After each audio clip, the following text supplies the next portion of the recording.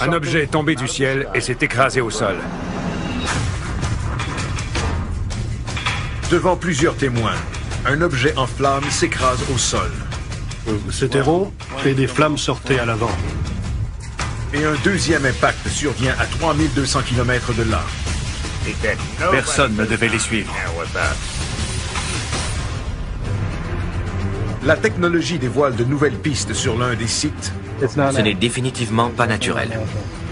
Et les témoins parlent d'hommes en noir sur un autre. Il faisait partie d'un organisme inconnu. Qui ou qu'est-ce qui s'écrase dans ces régions? Était-elle contrôlée de manière intelligente? Assurément. Que sait le gouvernement sur ces incidents? Je ne vois pas comment les militaires pourraient cacher ça. Voici l'enquête numéro 65303. Écrasement d'OVNI. Whatever it was, they wanted it back.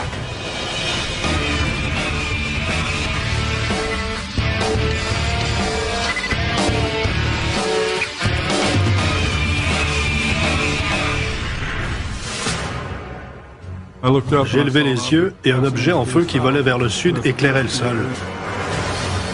14 mai 2008. Needles, en Californie. Dans la noirceur du matin, vers 3 heures, un pêcheur voit quelque chose qu'il n'oubliera jamais.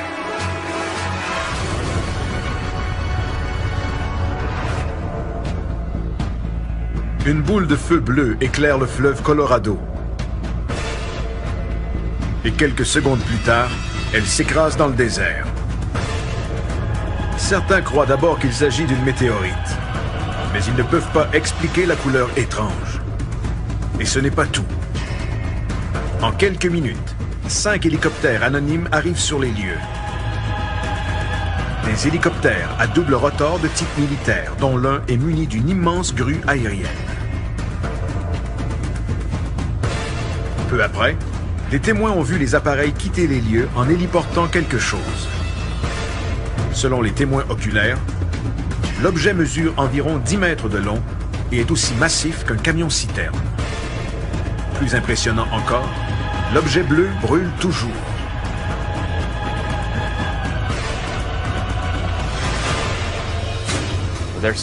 Les différents témoignages sont similaires et comportent tous une présence militaire sous forme d'hélicoptère qui serait venue nettoyer l'endroit. Les militaires ont été très rapides et les hélicoptères ont vite fait de tout ramasser sur le site de l'écrasement. L'enquête à Needles n'est pas terminée. Nous ignorons où se trouve le site de l'écrasement, mais un objet s'est écrasé. Et nous tenterons de localiser l'endroit exact pour savoir ce qui s'est passé.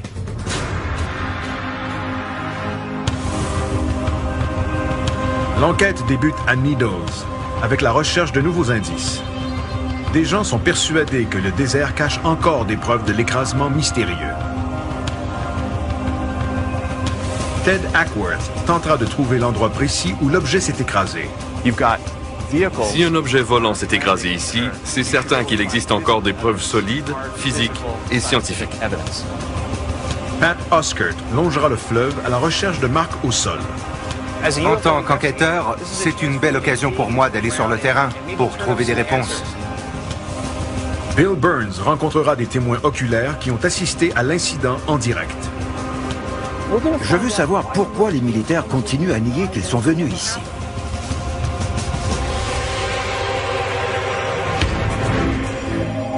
L'enquête débute à la station radiophonique KTOX de Needles, où Bill et Pat rencontrent le propriétaire David Hayes. Nous essayons de savoir ce qui s'est vraiment passé le 14 mai. Je suis en compagnie de Bill Burns et de Pat Oskert. Si vous avez de l'information sur l'incident du 14 mai, appelez-nous. Selon David Hayes, de nombreux auditeurs ont appelé à la station le matin du 14 mai pour rapporter des faits.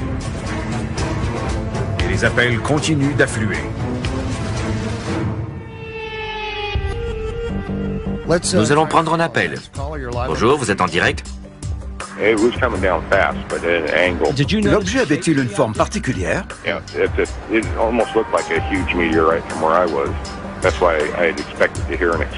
D'accord. Plusieurs ont d'abord cru voir une météorite, mais ils ont changé d'avis en voyant la suite des événements. Je crois que cet objet sorti du ciel a été saisi ensuite. Mais je n'ai aucune idée de ce que c'était, puisqu'ils l'ont ramassé tellement vite. Vite à quel point? Tout s'est fait en 20 minutes. Crois-tu qu'il était suivi? Je crois que oui. Autrement, comment aurait-il pu effacer toute trace aussi vite? Il savait que l'objet était là. Plusieurs témoins sont réticents à parler de l'événement en raison de l'implication des militaires. J'ai vu des véhicules sur l'autoroute et l'un d'eux était très étrange, avec des antennes et des dômes. Sur la plaque, j'ai lu « Gouvernement des États-Unis » et les fenêtres étaient teintées noires. Le chauffeur m'a percé de son regard.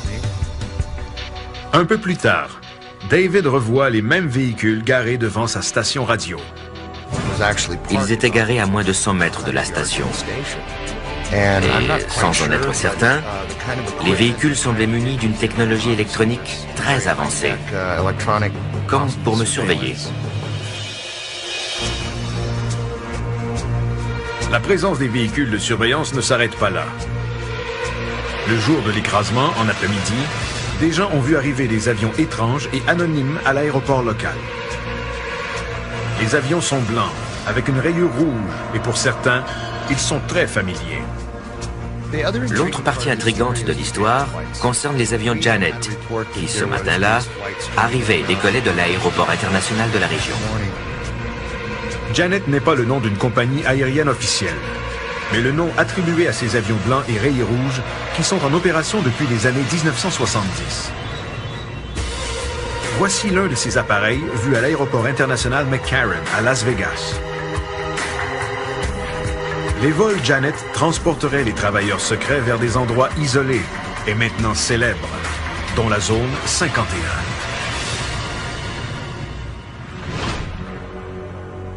Pourquoi les gens les voient-ils à Needles le lendemain de l'écrasement? Bill se rend à l'aéroport Laughlin Bullhead pour y rencontrer le directeur, David Gaines, dans l'espoir d'obtenir la réponse. Les avions gouvernementaux viennent-ils ici? Oui, surtout leurs avions militaires. Avez-vous déjà vu un avion de la flotte appelé Janet? Non. Avez-vous déjà vu ici un avion blanc avec une rayure rouge sur le côté et des hublots teintés noirs transportant des passagers secrets? Non. Vous n'avez jamais entendu parler de cet incident et vous n'en savez rien? Je n'y accorde aucune crédibilité parce que ça ne s'est pas passé ici. Si vous l'aviez vu, mais que vous aviez reçu l'ordre de ne rien divulguer, comme diriez-vous en ce moment? Je vous dirais qu'aucun avion blanc n'est venu ici et que personne n'est au courant de quoi que ce soit.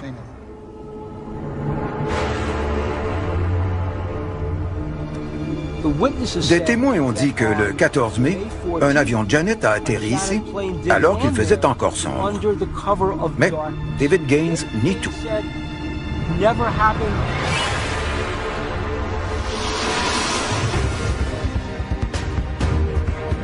Puisque les témoins refusent d'en dire davantage sur les événements du 14 mai, l'équipe décide de chercher des preuves dans le désert. Pat prépare une expédition le long du fleuve Colorado. Son objectif consiste à trouver l'endroit exact de l'écrasement. Nous serons accompagnés de l'archéologue Garth Baldwin qui saura distinguer l'érosion naturelle des irrégularités d'un sol qui aurait subi un impact violent. La mission ne sera pas facile. La végétation est très dense. Nous allons marcher dans le désert pour tenter de trouver des indices d'incendie et d'un impact. Si la nature a subi de tels chocs, les preuves devraient être apparentes. Fouiller le désert sera une tâche ardue. Mais de nouveaux développements pourraient aider l'équipe. Un témoin qui a entendu l'émission à la radio a décidé de parler. Il a une idée de l'endroit où s'est produit l'écrasement. Il s'appelle Frank Costigan. Un peu après 3 heures cette nuit-là, je suis sorti pour chercher mon chat et tout à coup, le sol a été éclairé. Pas au point de ressembler au lever du soleil, mais assez pour capter mon attention. Frank a beaucoup d'expérience en surveillance de vol d'avion. Avant de s'installer à Needles, Il était chef de police à l'aéroport international de Los Angeles. L'objet avait quelle forme? Il était rond et des flammes sortaient à l'avant, des flammes turquoises. Il était environ 5 à 6 fois plus long que large, et je suis persuadé d'avoir entendu un boom supersonique quand il a ralenti jusqu'à la vitesse du son. S'est-il écrasé? Je ne sais pas.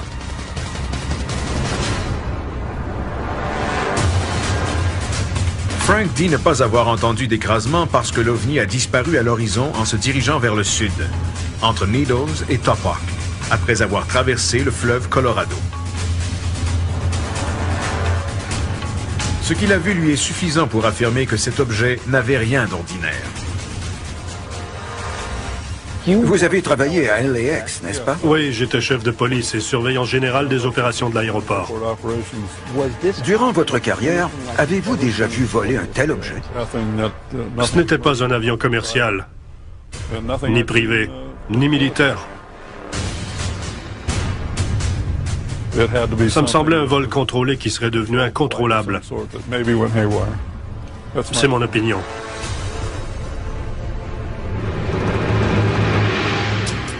Si cet objet volant était contrôlé, qui le guidait et d'où venait-il? Le désert près de Needles est entouré de bases et d'installations d'essais militaires. Au nord-ouest se trouve le champ de tir naval de China Lake.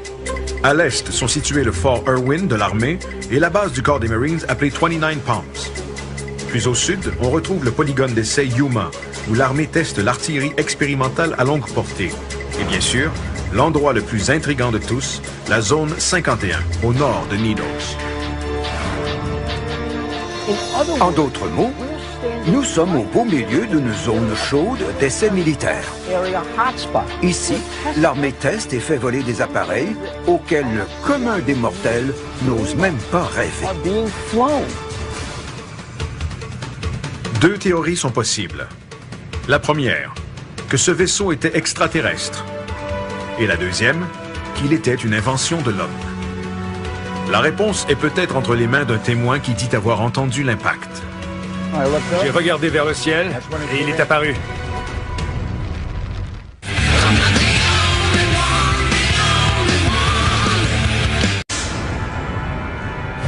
Il aperçut un nuage et un autre objet le suivait derrière. Tôt un matin de mai 2008, quelque chose s'est écrasé dans le désert près de Needles, en Californie. De nombreux témoins ont vu l'objet bleu être transporté par les hélicoptères de l'armée. L'histoire cache encore quelque chose qui pourrait être la clé du mystère. Ce genre d'incident s'est déjà produit dans le passé.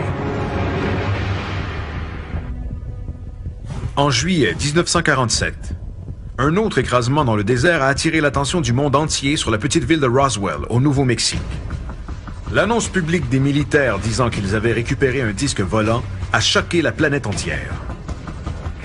Des militaires de la base aérienne locale auraient été envoyés pour nettoyer le site de l'écrasement et auraient sommé les travailleurs de ne laisser aucun indice derrière eux. Quelques jours plus tard, les militaires changent leur version des faits et affirment qu'il s'agissait d'un ballon météorologique. À Needles, l'équipe a trouvé un témoin important qui a accepté de participer à l'enquête, à condition que son vrai nom ne soit pas dévoilé. Le témoin, qui s'appellera simplement Bob, rencontre l'équipe sur le fleuve Colorado, près de l'endroit où il a vu l'objet le 14 mai.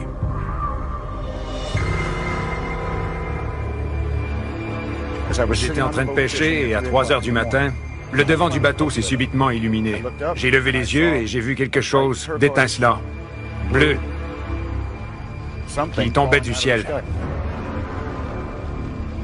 L'objet a traversé le fleuve au-dessus de mon bateau et il s'est écrasé au sol. J'ai entendu un bruit sourd. Où est-il tombé? À l'ouest de ma position, à environ 200 mètres de mon bateau, entre la voie ferrée et le fleuve.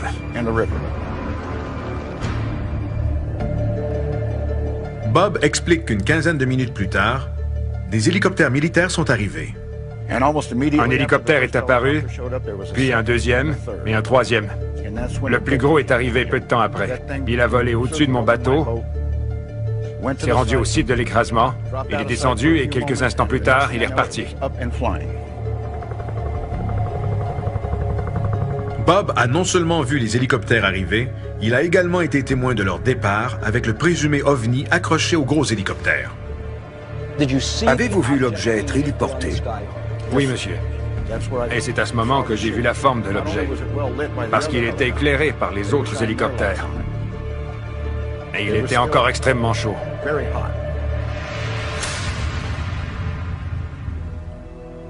Bob et Frank Costigan affirment que l'objet s'est écrasé dans la région désertique près du fleuve. Les recherches débutent. L'archéologue Garth Baldwin cherchera des irrégularités au sol. On devrait voir plusieurs signes de l'impact. Nous cherchons des déplacements de sol, des marques différentes et des changements de texture dans le sable et la terre. La sauge et le gazon poussent très lentement. Alors toute différence devrait être facile à voir. Parfait. Je pense qu'on aura de la chance parce que les militaires ont nécessairement laissé des traces.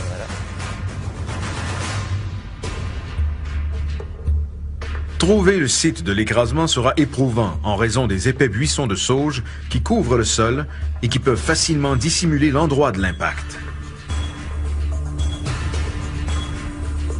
L'équipe décide donc de survoler la région à basse altitude.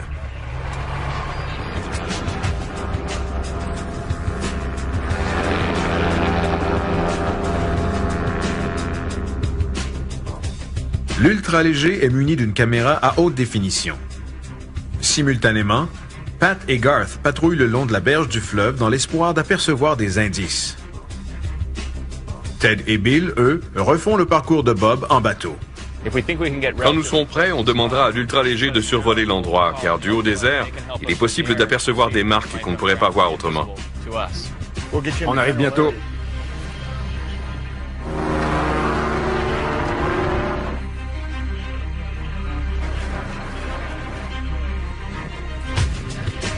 Une heure plus tard, Bob voit quelque chose.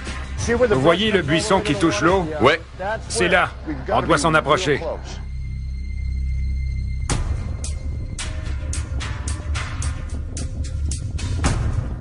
Bob reconnaît des points de repère, dont les lignes électriques et la topographie de la berge. La voie ferrée est juste là. Êtes-vous certain que c'est ici? C'est pourquoi j'en suis certain.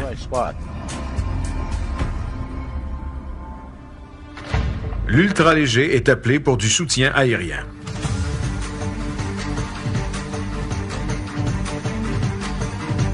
Après quelques survols, un site est localisé.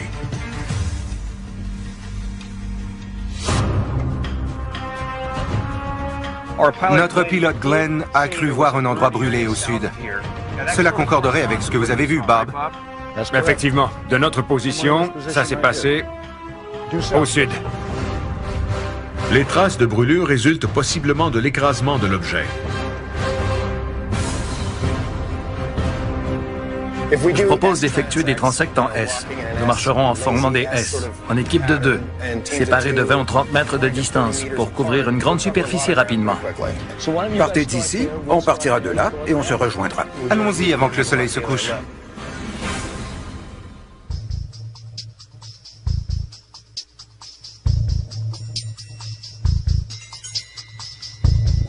Avant même d'arriver à la région brûlée, Ted et Bill trouvent des signes d'un impact possible. Là-bas. Allons voir. La dimension est celle qu'on recherche. Exactement. Ce petit monticule est plutôt étrange, non? Oui. Et la dimension de ce cratère correspond aux descriptions. En fait, on voit uniquement une partie d'un cratère de ce côté. Si un objet atterrit ici en repoussant le sable devant lui, il serait normal de voir une dune comme celle-ci. Je vois une forme de fer à cheval dans cette direction. Fascinant. C'est précisément la trajectoire décrite par Bob. Tout à fait.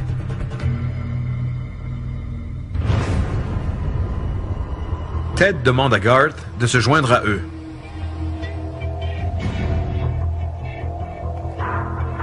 Je ne vois pas de traces d'un impact direct. Je ne vois pas non plus de signes de végétation qui aurait brûlé parce qu'autour, tout est intact. Il n'y a pas eu d'impact ici.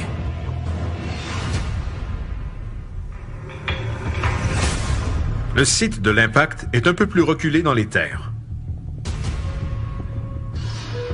Quelques heures plus tard, l'équipe l'aperçoit.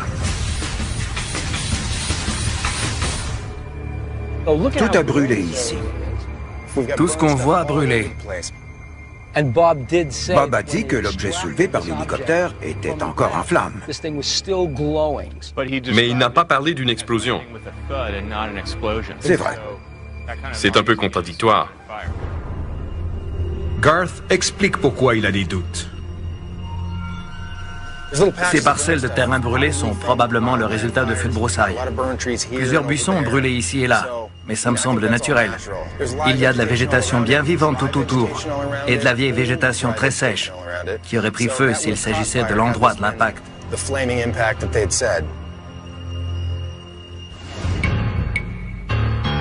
N'ayant trouvé aucune preuve physique, les recherches ne sont pas concluantes quant au lieu de l'écrasement tel que décrit par Bob. Mais avec autant de terrain à couvrir, il est peut-être caché quelque part.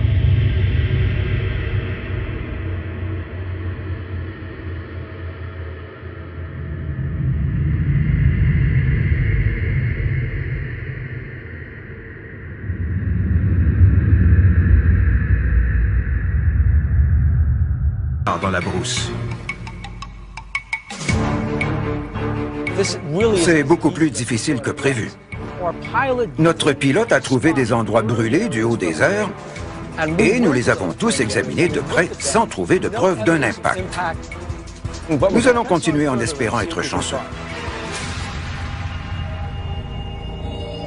Pendant les recherches au sol, un nouvel indice fait surface.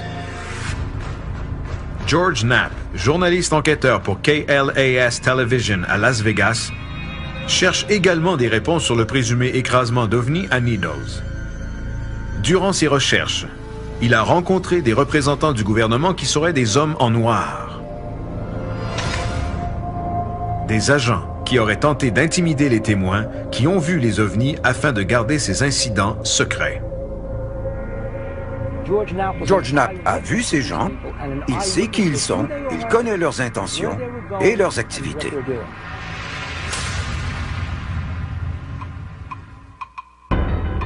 Pendant que Bill suit cette nouvelle piste, Ted et Pat tournent leur attention vers la Pennsylvanie, où l'enquête sur un écrasement d'OVNI dans la petite municipalité de Kecksburg vient de connaître un dénouement important. L'incident à Kecksburg est majeur pour les ovnistes. C'est le Roswell de la Pennsylvanie. Nous savons qu'un objet s'est écrasé, on l'a vu au bulletin de nouvelles. Nos nombreux instruments nous aideront premièrement à trouver le lieu de l'impact avec précision et ensuite à identifier ce qui se trouve sous le sol.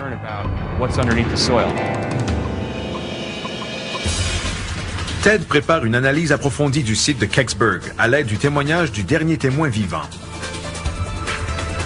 Son objectif consiste à prouver que les militaires tentent de cacher l'incident depuis de nombreuses années. J'étais ici, je marchais. Et quand je l'ai vu, je me suis dit que ça venait d'un autre monde.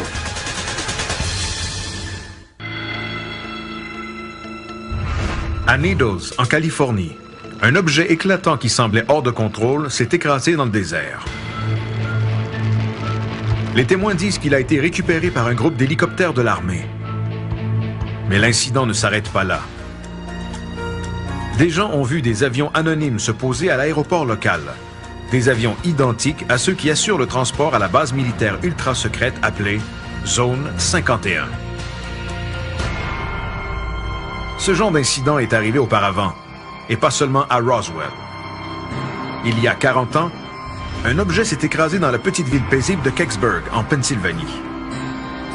L'objet en question n'était pas hors de contrôle. Et selon les témoins, quelqu'un devait être à ses commandes. Le 9 décembre 1965, vers 16h45, un objet qui ressemble à une boule de feu se déplace dans le ciel. Mais plusieurs sont persuadés qu'il ne s'agit pas d'une météorite, parce que l'objet se déplace trop lentement. Peu importe ce qu'il est, il est devenu incontrôlable et s'est écrasé. Par la suite, le fil des événements est presque identique à l'incident récent à Needles. Est-ce une coïncidence? Ou y a-t-il un lien entre ces deux écrasements qui sont survenus à 43 ans d'intervalle? Le 9 décembre 1965, vers 16h45, un objet qui ressemble à une boule de feu se déplace dans le ciel. Mais plusieurs sont persuadés qu'il ne s'agit pas d'une météorite, parce que l'objet se déplace trop lentement. Peu importe ce qu'il est devenu incontrôlable et s'est écrasé. Par la suite, le fil des événements est presque identique à l'incident récent à Needles. Est-ce une coïncidence? Ou y a-t-il un lien entre ces deux écrasements qui sont survenus à 43 ans d'intervalle? Bill Burns rencontre Stan Gordon, l'enquêteur principal du dossier Kecksburg. Il travaille sur cette affaire depuis plus de 2 décennies. Les témoins m'ont tous dit que l'objet a tourné pour se diriger vers Kecksburg.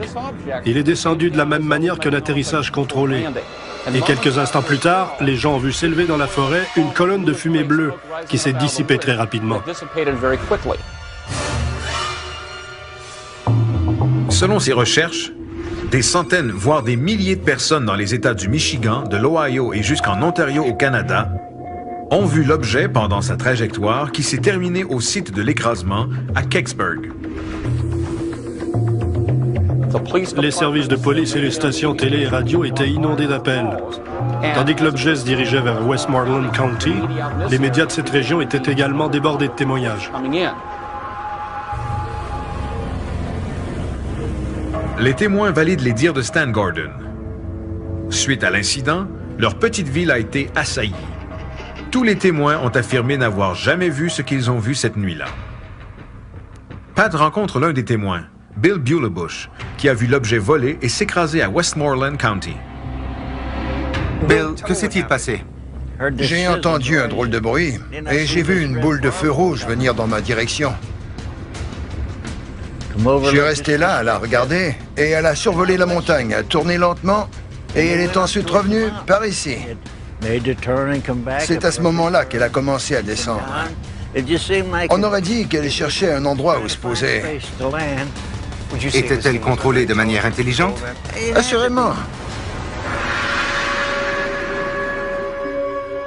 Bill Bulebush est ensuite monté dans sa voiture pour aller voir ce qu'il croyait être un écrasement. J'ai pris ma lampe de poche, j'ai marché dans la forêt et je l'ai vu. Je me suis dit que personne n'en sortirait. L'objet n'avait ni hublot, ni rivet, rien du tout. Vous l'avez vu de près? À moins de 3 mètres. Est-ce qu'il fumait? Oui, et ça sentait le soufre. Comme des œufs pourris. Bill Bulebush nous a grandement aidé à éliminer les explications plus prosaïques, telles que l'écrasement d'une météorite, d'un avion ou d'une capsule. Il a vu la boule de feu tourner et il affirme hors de tout doute qu'elle était contrôlée de manière intelligente.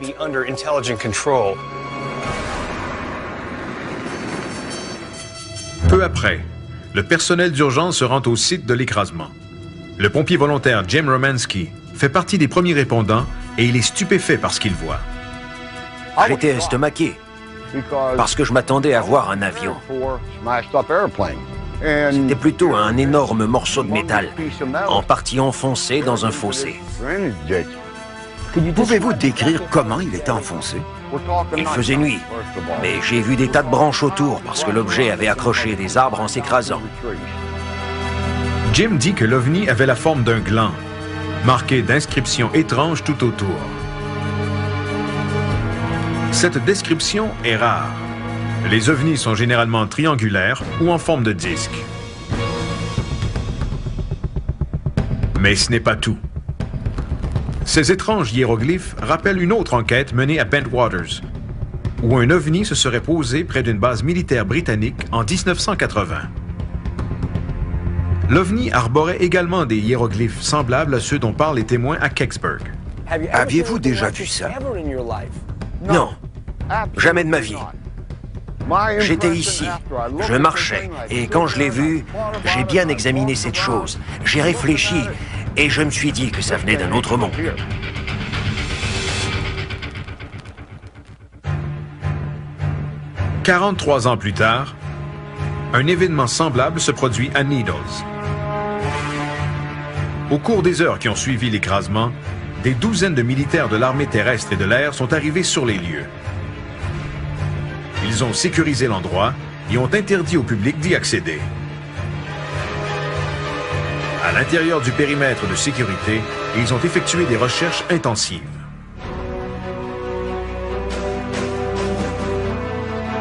Bob Gaddy, journaliste au Greensburg Tribune, a été envoyé au site de l'écrasement et il se souvient très bien de la présence intimidante des militaires. À mon arrivée, il y avait déjà au moins une douzaine de militaires sur les lieux, en plus des policiers de l'État de Pennsylvanie. Je leur ai dit que je devais aller voir. Ils m'ont répondu qu'il n'y avait rien à voir. Alors j'ai demandé pourquoi ils m'interdisaient l'accès s'il n'y avait rien.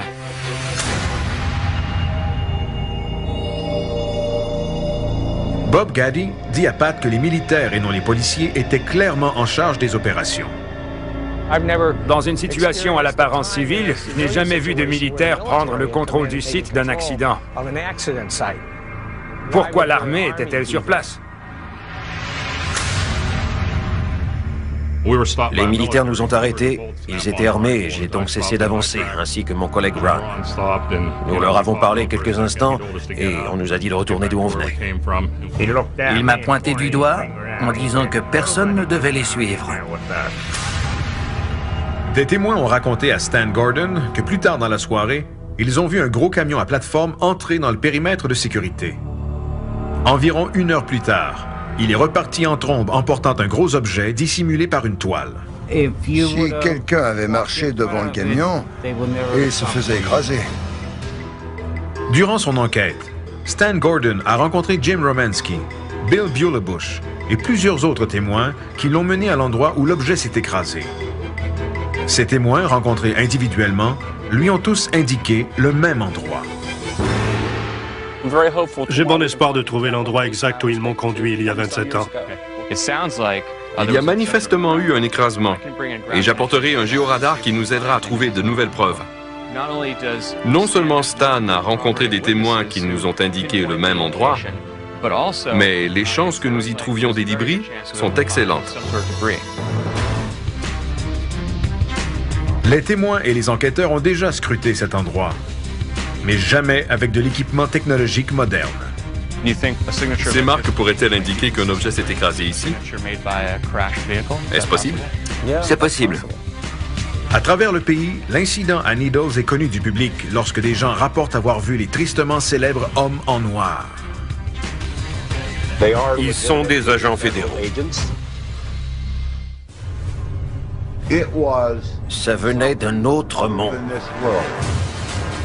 En décembre 1965, un objet en flammes a survolé le ciel du Canada, du Michigan et de l'Ohio. À ces endroits, des témoins disent que ces débris sont tombés au sol, qu'ils ont entendu un boom supersonique et un sismographe aurait même enregistré l'impact. Aucune de ces preuves n'a fait surface, et seule la petite ville de la Pennsylvanie, Kecksburg, a fait l'objet d'une enquête.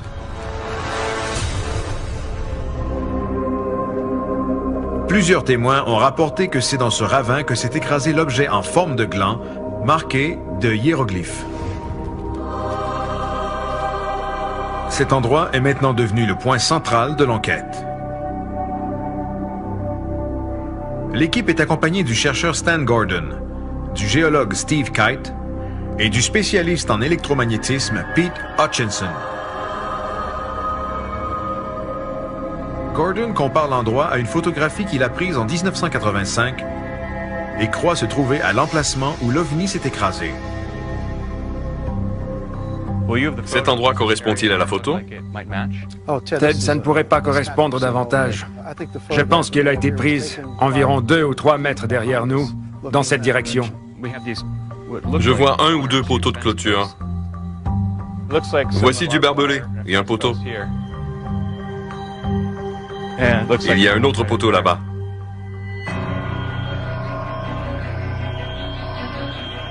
Les poteaux de clôture identifiés grâce à la photographie de Stan Gordon et les témoins sur place indiquent que l'écrasement s'est bel et bien produit à cet endroit. Pourtant, pendant des années, les sceptiques ont clamé que les dommages subis par le ravin avaient été causés par une sonde spatiale russe. La sonde Cosmos 96, lancée pour atteindre la planète Vénus, avait la même taille et la même forme que le présumé OVNI. Toutefois, même cette explication a été rejetée récemment. Selon le Centre national des données scientifiques de la NASA, l'armée de l'air a suivi les données de Cosmos 96 qui indiquent que le déclin d'orbite de la sonde s'est effectué plus tôt que 16h43, heure normale de l'Est, le 9 décembre.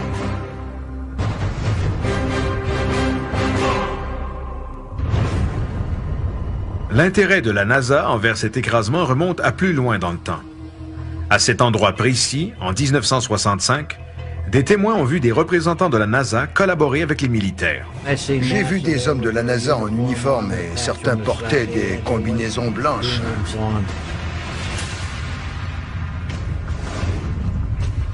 Tout cela rappelle Roswell et les méthodes secrètes employées lors de cet écrasement.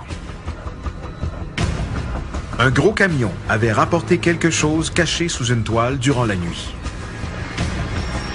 Est-ce possible qu'ils aient laissé des traces que l'équipe pourra trouver après toutes ces années?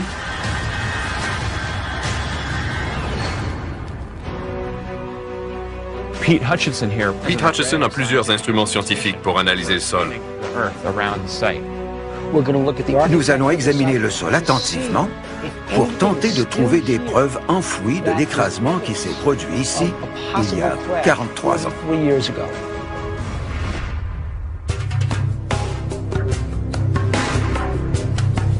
Pete Hutchison et son adjoint Brian commencent le balayage électromagnétique du sol.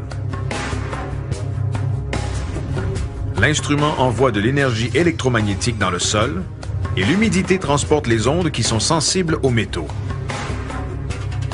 Nous trouverons les métaux et toute conductivité anormale du sol. Oui. Alors mettons-nous au travail.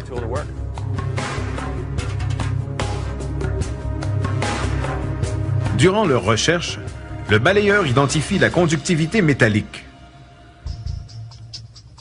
sans toutefois donner d'informations sur la taille et la forme du métal, opération qui exige d'autres appareils. De nombreuses anomalies apparaissent sur la carte en 2 dimensions. Le rouge indique un niveau plus élevé, mais de quel ordre?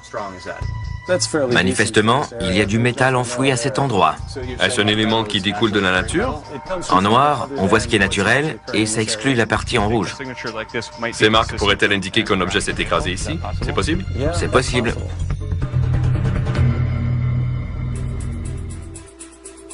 Selon Pete Hutchison, l'aspect inhabituel réside dans la concentration de métal anormalement élevée pour cette région de la Pennsylvanie. Il propose donc à l'équipe de creuser pour en déterminer la source. Ces données nous indiquent où concentrer nos recherches. Il faut maintenant creuser pour en savoir davantage. On doit creuser? Exactement. L'équipe doit exposer le site avant la noirceur. Pat participe également aux fouilles. Et une fois le sol dégagé, Pete se sert du radar qui pénètre le sol pour identifier la taille du morceau de métal. Venez voir.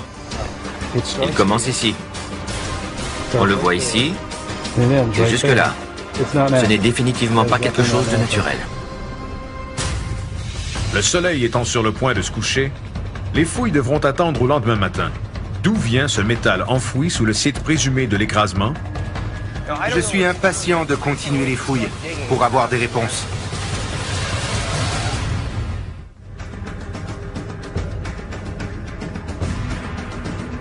Dans le cadre de l'enquête sur l'OVNI qui se serait écrasé à Kecksburg, un radar pénétrant le sol a révélé une source métallique anormale à l'endroit exact où des témoins croient qu'un OVNI s'est écrasé en 1965.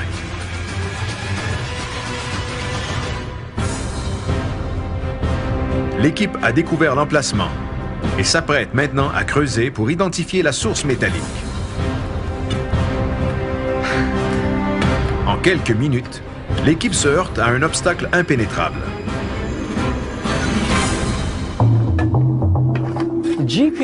Le radar nous a indiqué une conductivité métallique et nous sommes confrontés à un lit rocheux. L'objet peut être dissimulé sous la pierre, mais cette possibilité est très peu probable. Le radar a peut-être capté des résidus métalliques de l'objet sur la pierre.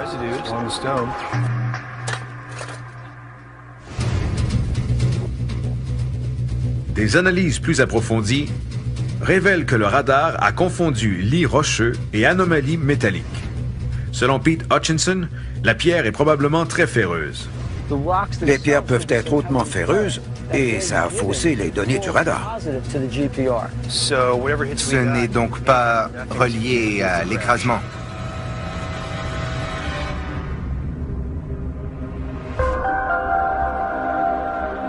Malgré le faux signal généré par le lit rocheux, les témoignages et les entrevues individuelles qui ont soulevé les mêmes faits rendent ce site intéressant.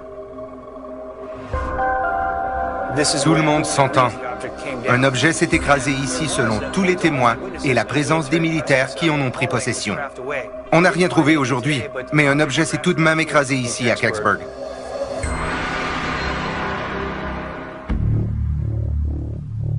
Bill reporte son attention à Needles. George Knapp, journaliste enquêteur pour KLAS Television à Las Vegas, a une piste étonnante sur les hélicoptères qui auraient été vus après l'écrasement. Je travaillais sur un article sur les hélicoptères noirs avant de commencer à m'intéresser à l'incident de Needles. Nous savions déjà d'où ils provenaient, c'est-à-dire de Fort Campbell au Kentucky. Ils sont surnommés les Night Stalkers. Task Force 160. Les Night Stalkers, ou Task Force 160, est un régiment aérien spécial dont tous les membres doivent avoir une cote de sécurité de niveau secret. George Knapp a effectué des recherches sur un groupe d'hélicoptères noirs qui serait intervenu lors de l'écrasement à Needles et il a découvert qu'il s'agissait des Night Stalkers, le même groupe qui a transporté un objet en flammes après l'incident Cash Landrum au Texas en 1980. L'incident Cash Landrum, à l'instar de celui de Needles, impliquait des hélicoptères militaires qui ont poursuivi un objet lumineux pour ensuite disparaître à l'horizon. Cet incident a causé des maladies radioactives très étranges à 3 témoins oculaires. George Knapp va encore un peu plus loin et découvre que le personnel militaire travaillait sur des projets top secrets et sans nom à Needles. S'agit-il des hommes en noir mentionnés par plusieurs témoins oculaires? Ces hommes sont partis de Needles pour retourner à Las Vegas. Et à bord de leur véhicule, ils se sont arrêtés près de nous, ont laissé leur véhicule en marche et sont venus nous parler. Ils nous ont dit être des agents fédéraux sans jamais nous mentionner de quel organisme ils faisaient partie. Et ils nous ont dit qu'ils transportaient des armes nucléaires. La présence de ces agents à Needles demeure toutefois un mystère. Ce groupe est entraîné et dangereux. On parle de commandos qui transportent toutes sortes d'armes. N'étant pas des gens très commodes, je pense qu'ils ne seront pas heureux de toute cette attention qu'on leur porte.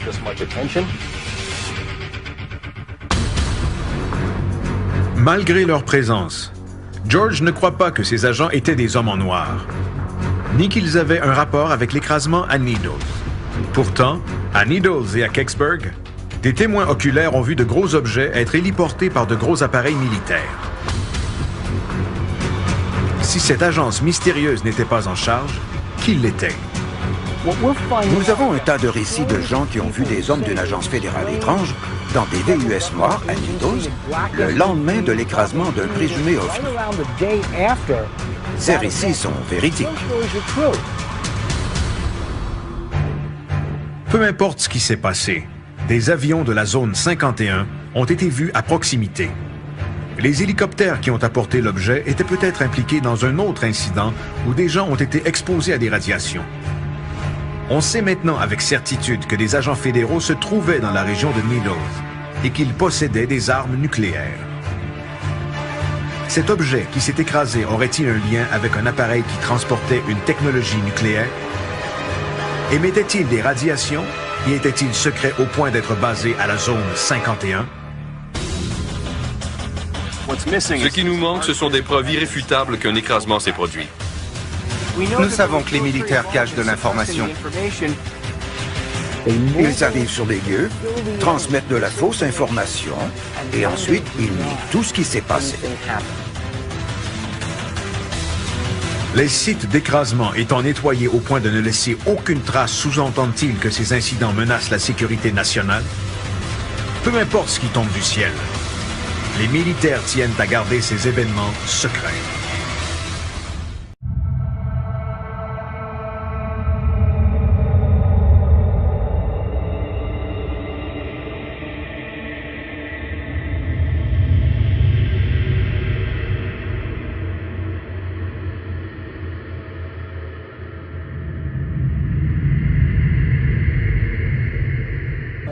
Ils sont surnommés les Night Stalkers. Task Force 160. Les Night Stalkers, ou Task Force 160, est un régiment aérien spécial dont tous les membres doivent avoir une cote de sécurité de niveau secret. George Knapp a effectué des recherches sur un groupe d'hélicoptères noirs qui serait intervenu lors de l'écrasement à Needles et il a découvert qu'il s'agissait des Night Stalkers, le même groupe qui a transporté un objet en flammes après l'incident Cash Landrum au Texas en 1980. L'incident Cash Landrum, à l'instar de celui de Needles, impliquait des hélicoptères militaires qui ont poursuivi un objet lumineux pour ensuite disparaître à l'horizon. Cet incident a causé des maladies radioactives très étranges à 3 témoins oculaires. George Knapp va encore un peu plus loin et découvre que le personnel militaire travaillait sur des projets top secrets et sans nom à Needles.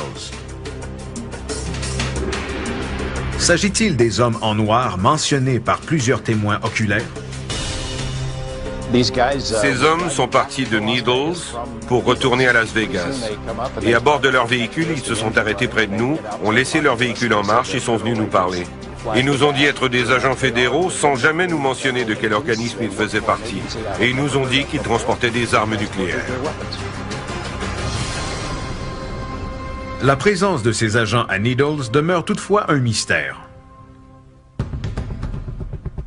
Ce groupe est entraîné et dangereux. On parle de commandos qui transportent toutes sortes d'armes. N'étant pas des gens très commodes, je pense qu'ils ne seront pas heureux de toute cette attention qu'on leur porte.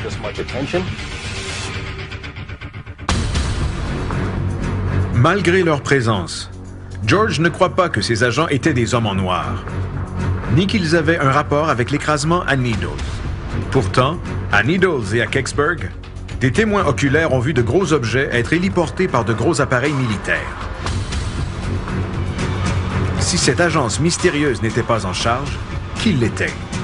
Nous avons un tas de récits de gens qui ont vu des hommes d'une agence fédérale étrange dans des VUS noirs à Needles le lendemain de l'écrasement d'un présumé ovni. Ces récits sont véridiques. Peu importe ce qui s'est passé, des avions de la zone 51 ont été vus à proximité. Les hélicoptères qui ont apporté l'objet étaient peut-être impliqués dans un autre incident où des gens ont été exposés à des radiations. On sait maintenant avec certitude que des agents fédéraux se trouvaient dans la région de Needles et qu'ils possédaient des armes nucléaires. Cet objet qui s'est écrasé aurait-il un lien avec un appareil qui transportait une technologie nucléaire? Émettait-il des radiations et était-il secret au point d'être basé à Needles, en Californie? Un objet éclatant qui semblait hors de contrôle s'est écrasé dans le désert. Les témoins disent qu'il a été récupéré par un groupe d'hélicoptères de l'armée. Mais l'incident ne s'arrête pas là. Des gens ont vu des avions anonymes se poser à l'aéroport local. Des avions identiques à ceux qui assurent le transport à la base militaire ultra secrète appelée Zone 51. Ce genre d'incident est arrivé auparavant, et pas seulement à Roswell. Il y a 40 ans, un objet s'est écrasé dans la petite ville paisible de Kecksburg, en Pennsylvanie. L'objet en question n'était pas hors de contrôle. Et selon les témoins, quelqu'un devait être à ses commandes. Le 9 décembre 1965, vers 16h45, un objet qui ressemble à une boule de feu se déplace dans le ciel. Mais plusieurs sont persuadés qu'il ne s'agit pas d'une météorite, parce que l'objet se déplace trop lentement. Peu importe ce qu'il est, il est devenu incontrôlable et s'est écrasé. Par la suite, le fil des événements est presque identique à l'incident récent à Needles. Est-ce une coïncidence? Ou y a-t-il un lien entre ces deux écrasements qui sont survenus à 43 ans d'intervalle? Le 9 décembre 1965, vers 16h45, un objet qui ressemble à une boule de feu se déplace dans le ciel. Mais plusieurs sont persuadés qu'il ne s'agit pas d'une météorite, parce que l'objet se déplace trop lentement. Peu importe ce qu'il est devenu incontrôlable et s'est écrasé. Par la suite, le fil des événements est presque identique à l'incident récent à Needles. Est-ce une coïncidence? Ou y a-t-il un lien entre ces deux écrasements qui sont survenus à 43 ans d'intervalle? Bill Burns rencontre Stan Gordon, l'enquêteur principal du dossier Kecksburg. Il travaille sur cette affaire depuis plus de 2 décennies. Les témoins m'ont tous dit que l'objet a tourné pour se diriger vers Kecksburg. Il est descendu de la même manière qu'un atterrissage contrôlé. Et quelques instants plus tard, les gens ont vu s'élever dans la forêt une colonne de fumée bleue qui s'est dissipée très rapidement. Selon ses recherches, des centaines, voire des milliers de personnes dans les États du Michigan, de l'Ohio et jusqu'en Ontario au Canada ont vu l'objet pendant sa trajectoire qui s'est terminée au site de l'écrasement à Kecksburg. Les services de police et les stations télé et radio étaient inondés d'appels. Tandis que l'objet se dirigeait vers Westmoreland County,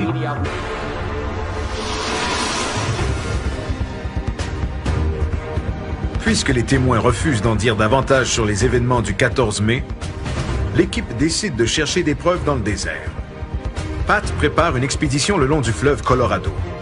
Son objectif consiste à trouver l'endroit exact de l'écrasement. Nous serons accompagnés de l'archéologue Garth Baldwin qui saura distinguer l'érosion naturelle des irrégularités d'un sol qui aurait subi un impact violent. La mission ne sera pas facile. La végétation est très dense. Nous allons marcher dans le désert pour tenter de trouver des indices d'incendie et d'un impact. Si la nature a subi de tels chocs, les preuves devraient être apparentes. Fouiller le désert sera une tâche ardue. Mais de nouveaux développements pourraient aider l'équipe. Un témoin qui a entendu l'émission à la radio a décidé de parler. Il a une idée de l'endroit où s'est produit l'écrasement. Il s'appelle Frank Costigan. Un peu après 3 heures cette nuit-là, je suis sorti pour chercher mon chat et tout à coup, le sol a été éclairé. Pas au point de ressembler au lever du soleil, mais assez pour capter mon attention. Frank a beaucoup d'expérience en surveillance de vol d'avion. Avant de s'installer à Needles, il était chef de police à l'aéroport international de Los Angeles. L'objet avait quelle forme? Il était rond et des flammes sortaient à l'avant, des flammes turquoises.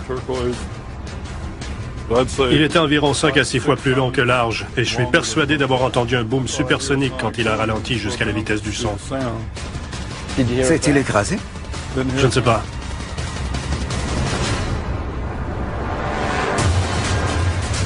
Frank dit ne pas avoir entendu d'écrasement parce que l'OVNI a disparu à l'horizon en se dirigeant vers le sud, entre Needles et Topok, après avoir traversé le fleuve Colorado. Ce qu'il a vu lui est suffisant pour affirmer que cet objet n'avait rien d'ordinaire. Vous avez travaillé à LAX, n'est-ce pas? Oui, j'étais chef de police et surveillant général des opérations de l'aéroport. Durant votre carrière, avez-vous déjà vu voler un tel objet? Ce n'était pas un avion commercial, ni privé, ni militaire. Ça me semblait un vol contrôlé qui serait devenu incontrôlable. C'est mon opinion.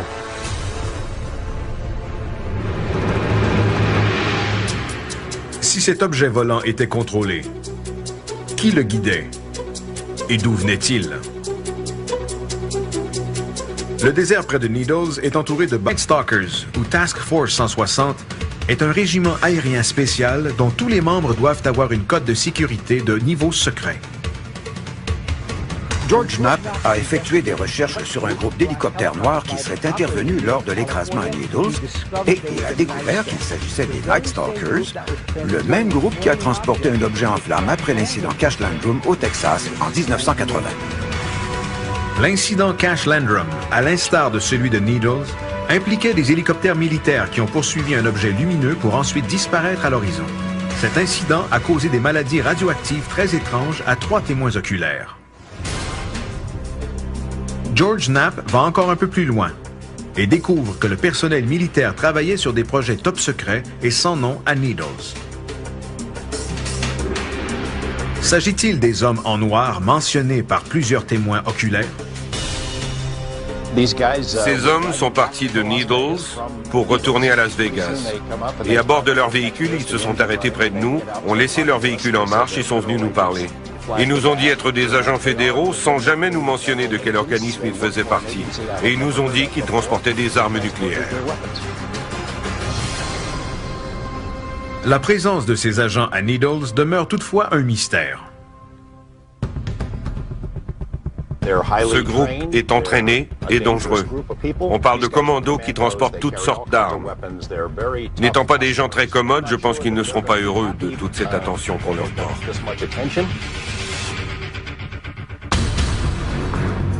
Malgré leur présence, George ne croit pas que ces agents étaient des hommes en noir, ni qu'ils avaient un rapport avec l'écrasement à Needles.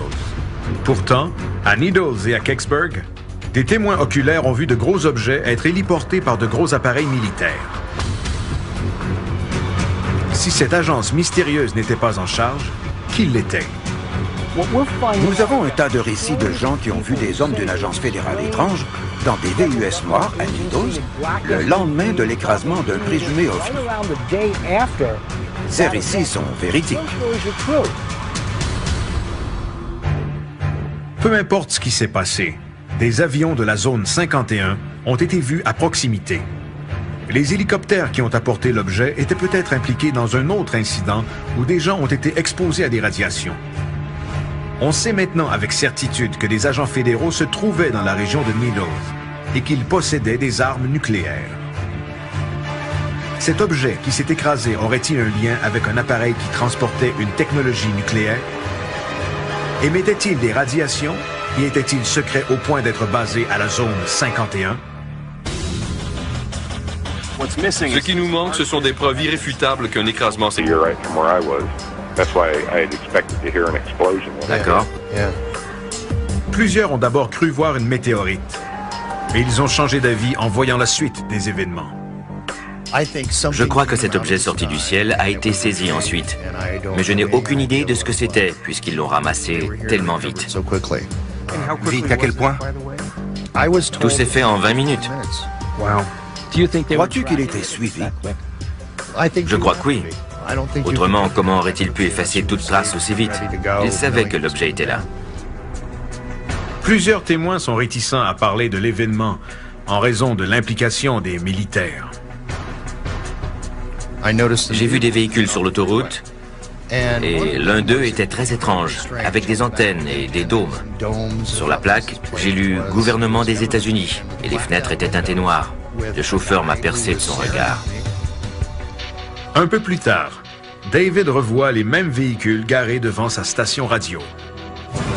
Ils étaient garés à moins de 100 mètres de la station. Et sans en être certain, les véhicules semblaient munis d'une technologie électronique très avancée, comme pour me surveiller. La présence des véhicules de surveillance ne s'arrête pas là. Le jour de l'écrasement, en après-midi, des gens ont vu arriver des avions étranges et anonymes à l'aéroport local. Les avions sont blancs, avec une rayure rouge, et pour certains, ils sont très familiers. L'autre partie intrigante de l'histoire concerne les avions Janet, qui ce matin-là arrivaient et décollaient de l'aéroport international de la région. Janet n'est pas le nom d'une compagnie aérienne officielle. mais le nom attribué à ces avions blancs et rayés rouges qui sont en opération depuis les années 1970. Voici l'un de ces appareils vu à l'aéroport international McCarran à Las Vegas. Les vols Janet transporteraient les travailleurs secrets vers des endroits isolés et maintenant célèbres, dont la zone 51.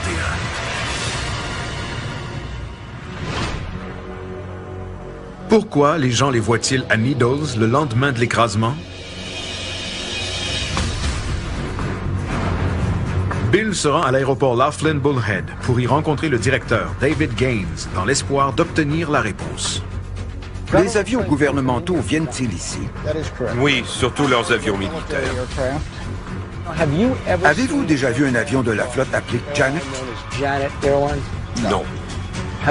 Avez-vous déjà vu ici un avion blanc avec une rayure rouge sur le côté et des hublots teintés noirs transportant des passagers secrets? Non.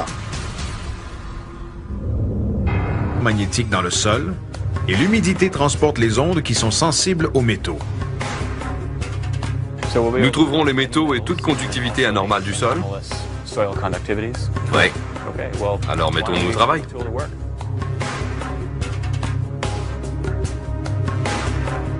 Durant leur recherche, le balayeur identifie la conductivité métallique. Sans toutefois donner d'informations sur la taille et la forme du métal, opération qui exige d'autres appareils. De nombreuses anomalies apparaissent sur la carte en 2 dimensions. Le rouge indique un niveau plus élevé, mais de quel ordre? Manifestement, il y a du métal enfoui à cet endroit. Est-ce un élément qui découle de la nature? En noir, on voit ce qui est naturel et ça exclut la partie en rouge. Ces marques pourraient-elles indiquer qu'un objet s'est écrasé ici? C'est possible? C'est possible.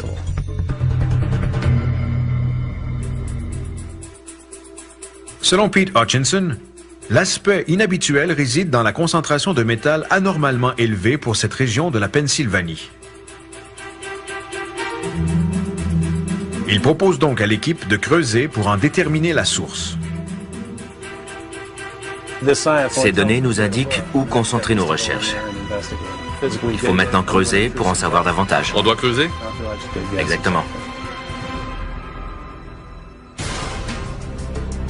L'équipe doit exposer le site avant la noirceur. Pat participe également aux fouilles. Et une fois le sol dégagé, Pete se sert du radar qui pénètre le sol pour identifier la taille du morceau de métal.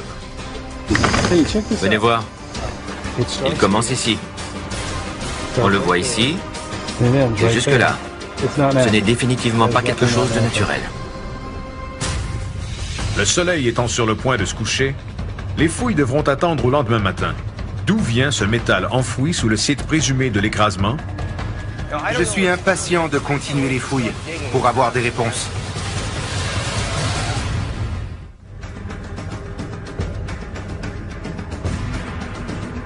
Dans le cadre de l'enquête sur l'OVNI qui se serait écrasé à Kecksburg, un radar pénétrant le sol a révélé une source métallique anormale à l'endroit exact où des témoins croient qu'un OVNI s'est écrasé en 1965.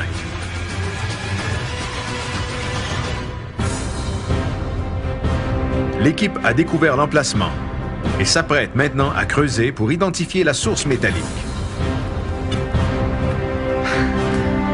En quelques minutes, l'équipe se heurte à un obstacle impénétrable.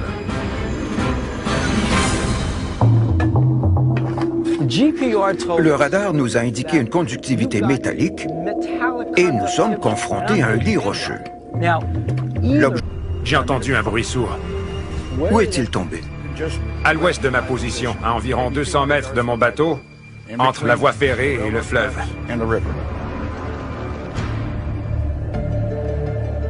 Bob explique qu'une quinzaine de minutes plus tard, des hélicoptères militaires sont arrivés.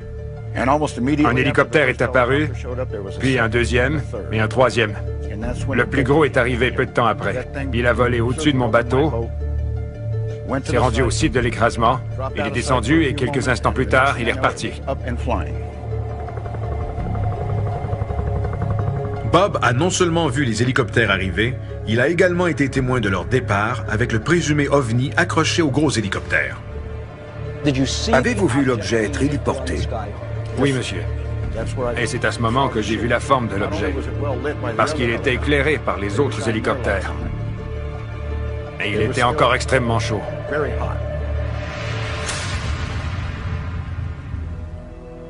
Bob et Frank Costigan affirment que l'objet s'est écrasé dans la région désertique près du fleuve. Les recherches débutent. L'archéologue Garth Baldwin cherchera des irrégularités au sol. On devrait voir plusieurs signes de l'impact. Nous cherchons des déplacements de sol, des marques différentes et des changements de texture dans le sable et la terre. La sauge et le gazon poussent très lentement. Alors toute différence devrait être facile à voir.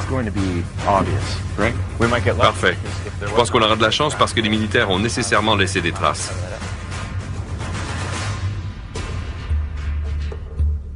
Trouver le site de l'écrasement sera éprouvant en raison des épais buissons de sauge qui couvrent le sol et qui peuvent facilement dissimuler l'endroit de l'impact. L'équipe décide donc de survoler la région à basse altitude.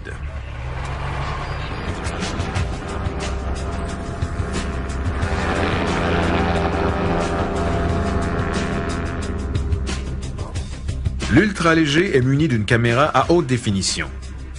Simultanément, Pat et Garth patrouillent le long de la berge du fleuve dans l'espoir d'apercevoir des indices. Ted et Bill, eux, refont le parcours de Bob en bateau. Quand nous serons prêts, on demandera à l'ultra-léger de survoler l'endroit, car du haut des airs, il est possible d'apercevoir des marques qu'on ne pourrait pas voir autrement. On arrive bientôt.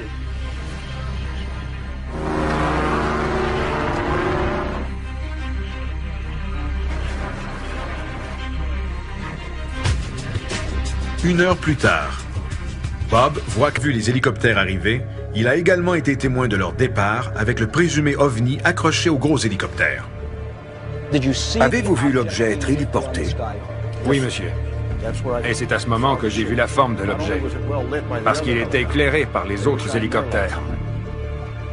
Et il était encore extrêmement chaud.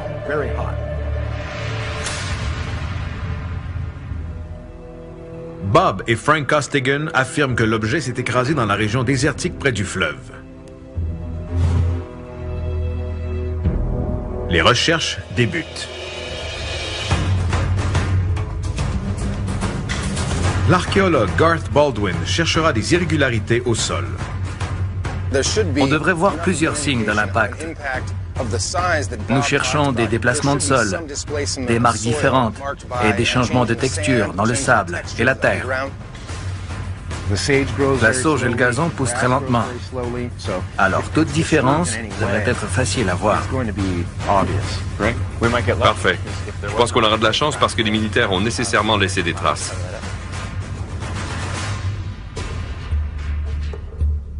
Trouver le site de l'écrasement sera éprouvant en raison des épais buissons de sauge qui couvrent le sol et qui peuvent facilement dissimuler l'endroit de l'impact. L'équipe décide donc de survoler la région à basse altitude.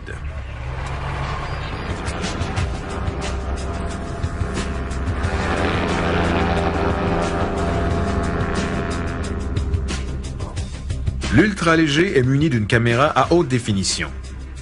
Simultanément, Pat et Garth patrouillent le long de la berge du fleuve dans l'espoir d'apercevoir des indices. Ted et Bill, eux, refont le parcours de Bob en bateau. Quand nous serons prêts, on demandera à l'ultra-léger de survoler l'endroit, car du haut des airs, il est possible d'apercevoir des marques qu'on ne pourrait pas voir autrement. On arrive bientôt.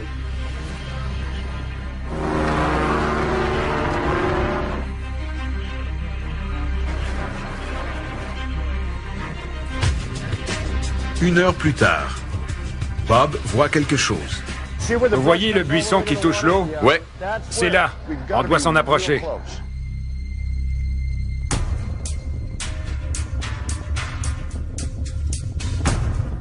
Bob reconnaît des points de repère, dont les lignes électriques et la topographie de la berge. La voie ferrée est juste là. Êtes-vous certain que c'est ici? C'est pourquoi j'en suis certain.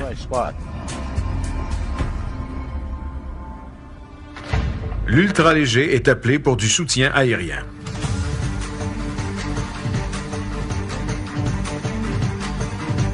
Après quelques survols, les différents témoignages sont similaires et comportent tous une présence militaire sous forme d'hélicoptère qui serait venue nettoyer l'endroit. Les militaires ont été très rapides et les hélicoptères ont vite fait de tout ramasser sur le site de l'écrasement. L'enquête à Needles n'est pas terminée. Nous ignorons où se trouve le site de l'écrasement, mais un objet s'est écrasé. Et nous tenterons de localiser l'endroit exact pour savoir ce qui s'est passé.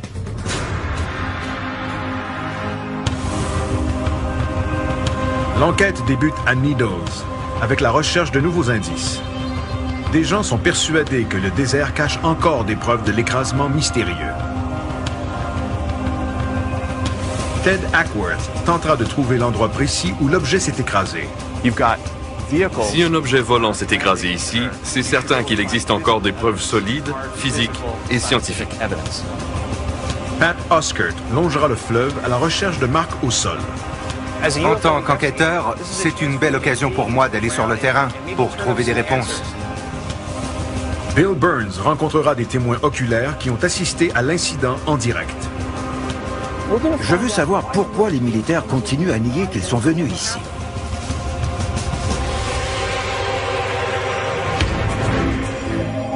L'enquête débute à la station radiophonique KTOX de Needles, où Bill et Pat rencontrent le propriétaire David Hayes. Nous essayons de savoir ce qui s'est vraiment passé le 14 mai. Je suis en compagnie de Bill Burns et de Pat Oskert. Si vous avez de l'information sur l'incident du 14 mai, appelez-nous. Selon David Hayes, de nombreux auditeurs ont appelé à la station le matin du 14 mai pour rapporter des faits. Et les appels continuent d'affluer. Nous allons prendre un appel. Bonjour, vous êtes en direct? L'objet avait-il une forme particulière?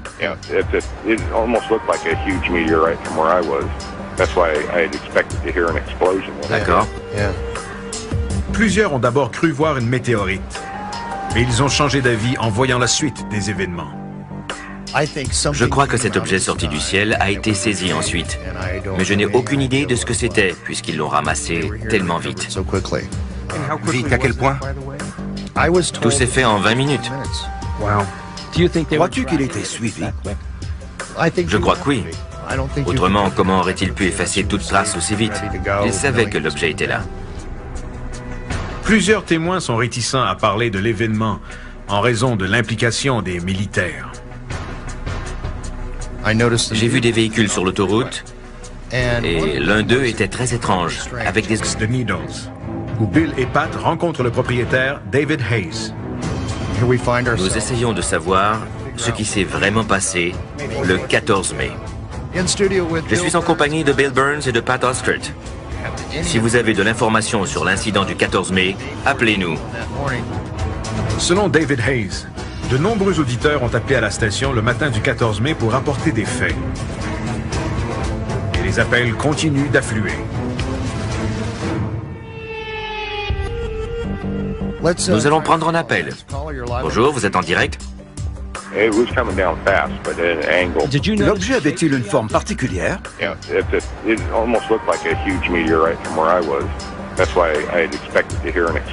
D'accord. Plusieurs ont d'abord cru voir une météorite, mais ils ont changé d'avis en voyant la suite des événements. Je crois que cet objet sorti du ciel a été saisi ensuite, mais je n'ai aucune idée de ce que c'était, puisqu'ils l'ont ramassé tellement vite. Vite à quel point? Tout s'est fait en 20 minutes. Crois-tu qu'il était suivi? Je crois que oui. Autrement, comment aurait-il pu effacer toute trace aussi vite? Il savait que l'objet était là. Plusieurs témoins sont réticents à parler de l'événement en raison de l'implication des militaires.